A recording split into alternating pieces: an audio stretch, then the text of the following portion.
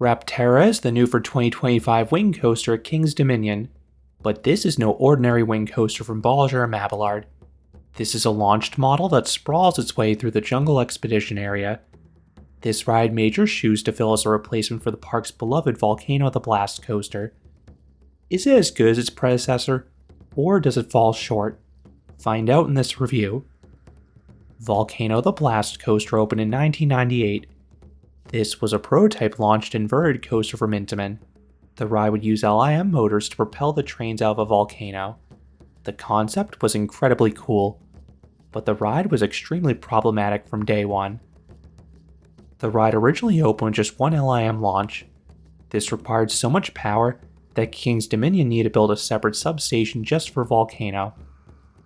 Despite this, the ride would frequently roll back. As a short-term fix, Intamin had the park operate the ride half capacity. The ride reopened in 1999 with a second LIM launch just before the volcano. This fixed the rollback issues. However, the ride still had its problems. For one, it had a dreadfully low capacity. This was particularly problematic because this was viewed as the park's signature attraction in the eyes of most guests. 2, it started having major reliability issues in the 2010s. This was not just about daily uptime, but it was about long-term maintenance. The volcano, which had been repurposed from rides in the 1970s, was starting to fall apart, and it also made it tricky to access parts of the coaster. After a major breakdown in spring of 2018, Volcano would never run again. The following year, the ride was completely removed, and that whole area felt hollow. Plans for a Bolliger Mabillard wing coaster were originally leaked in 2019. It would have been extremely similar to the Hot Go layout, which has been used in China twice. This layout featured a lift hill and 5 inversions, including a dive drop. However, these plans were delayed due to the COVID-19 pandemic. This caused King's Dominion to be closed for the entire 2020 season, which was a major hit in their revenue. As a stopgap, King's Dominion fast-tracked a retheme of the area. In 2022, the corner of the park formerly home to Volcano was transformed into Jungle X-Pedition. This is widely considered to be one of the best themed areas ever developed by the then Cedar Fair. It has a cohesive theme throughout conveyed through sights and sounds. A few of the older rides were reworked into the land. Then a new roller coaster in Tumbili was added as well. But this was just an SNS free spin, not a major headlining coaster. This was the one thing the land still needed to completely fill the void left behind by Volcano. Plans for a wing coaster never died. In 2023, the layout for a completely different Bolliger Mabillard wing coaster was leaked. This one would feature a launch and a unique layout. The ride would be known as Rapterra and would open in 2025. So while the COVID-19 pandemic delayed the Volcano replacement a few years, I ultimately think it worked out to the park's benefit. They got an original coaster instead of a near clone, plus an excellent themed area. Who knows if Jungle X-Pedition would exist today, particularly with this level of detail, had the delay not occurred. Rapterra completes the Jungle X-Pedition area. It looks amazing. The green track fits the jungle theme perfectly. The initial horseshoe turn is highly visible upon entering the area. Then multiple elements pass directly above the midway. This adds so much kinetic energy to the land. Then you get even better views from within the queue itself. The elements wrap all around you, and there are some nice thematic touches as well. The story is that leaders built a shrine to a mythical jungle hawk. Those who visited the shrine gained the powers and abilities of a hawk. However, Mount Inferno erupted and buried the site. Archaeologists have finally uncovered the remains of the temple, which still retains the ability to possess visitors with the abilities of a hawk. Tying into this, the end of the queue features a large volcanic crater, which is a nice homage to the prior coaster. Then there's a large stone archway you pass through to access the station. The station exterior does look a bit cheap and temporary, but that is very much by design, as it resembles a structure from an archaeological dig site. The interior of it looks fantastic though, with the stone ruins in the front wall. Then the launch track is lined with additional stone archways that you pass on through. The queue originally did not have much shade to it, but some coverings were added towards the end of it. This is much appreciated because this coaster has sported the longest line in the park ever since opening. It is not uncommon for it to exceed an hour. On Saturdays, the line frequently hit the 90 to 120 minute mark. B&Ms are usually people eaters. This one does not have the same throughput as their other coasters though. This one can only operate with 2 trains instead of their usual 3. Then the trains in this one are shorter than usual, seating just 20 riders apiece. They are comprised of 5 rows of pairs of guests on each side of the track. This is partially mitigated by a shorter cycle time because the lift hill is replaced by a launch, but the number of trains dispatched per hour can depend wildly on the crew. I visited this park on back-to-back days during their Halloween haunt event. One night, the ride was repeatedly stacking, averaging about 3-minute dispatches. The next day, there was a different crew on duty. They were busting their tails, and they were darn close to rolling trains most times. What can you do to avoid the longest waits? My biggest tip if possible is to avoid Saturdays. On weekdays, the line would more frequently peak around the 30 to 45 minute mark versus the hour-plus waits possible on weekends. I haven't gotten to this park at opening since Rapterra debuted, but per QTimes.com, it seems like you'll have short waits if you head there first thing in the morning.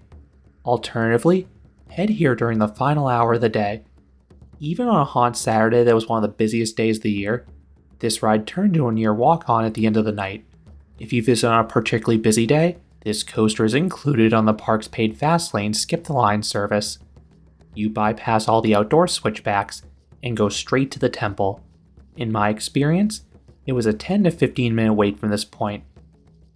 Once you reach the temple, you are assigned either the left or right side of the station. They will direct you to the side with the shorter queue, but if you have a strong preference for the other side, they will let you go there instead. I thought the right side offers a slightly better experience, but I typically would go with whichever side had a shorter wait. If you want the front row, I strongly recommend the far side or left side if possible. This is because the ADA and ride access passes are loaded onto the near side of the station. From what I saw, these guests will be loaded on every other train, and they almost always select the front. This means the wait for the front row and the right side can take twice as long as the other. I split my rides evenly between the front and back rows. I thought the back row offered slightly better forces, but the front had an enhanced sense of speed, so try both if you can. If you're sensitive to a rough ride, sit on an inside seat. The outer seats have more movement to them due to the train's cantilevered design. The front edge seats were fine to me, but the outer seats in the back 2 rows are noticeably bouncier. Not enough to cause a headache, but it definitely can shake you up a bit. Now, I had been warned going in that this was the roughest of the wing coasters. Is this coaster rough? To me, no. The ride is pretty darn smooth overall on most seats. The train shakes in some turns, but that is not unique to this ride. This bouncing phenomenon is present on pretty much any of the B&M wing coasters. The only weird thing for me is how the launch, which is a straight piece of track, is one of the bounciest spots. Compare that to Thunderbird at Holiday World, where that launch tracks like butter. Like all B&M wing coasters, this ride uses vest restraints. There's a thick bar by your pelvis. Then there's a soft, stretchable piece securing your upper body. These are snug, but comfortable. And their design prevents any head banging, which is appreciated if you're in one of those bouncier seats. Once secured, you turn right out of the station. Unlike Thunderbird where you pause before the launch, Rapterra has a rolling launch. I do prefer the former because it offers more of a punch starting from a dead stop, but Rapterra still has a solid launch. The LSMs have nice power to them, and you really feel the acceleration as you're propelled to 65 miles per hour or 105 kilometers per hour in 4 seconds. This feels extra sweet in the front row as the wind pelts against your face. Next is a large horseshoe turn. This is a weird element to see after a launch. It reminds me of the first element on the Maka Ride's Blue Fire clones. It's a weird maneuver, but it works. You get some lateral hang time at the apex as the train slows down. Then the train rebuilds its speed as it is pulled downwards. If you're in the rear rows, you get some decent floater air time here, and the pullout offers good positive Gs. These are particularly potent in the front row, as I would start to gray out there. This is followed by a relatively rare element for a wing coaster, a dive loop. The flip is graceful on the left side, but is more interesting on the right side. You get some weak floater airtime there, then the pullout offers intense positive Gs. I would typically gray out here in the rear rows. Next is an S-Hill. I was optimistic this would offer negative Gs, but alas it did not. The element was more about laterals and whip.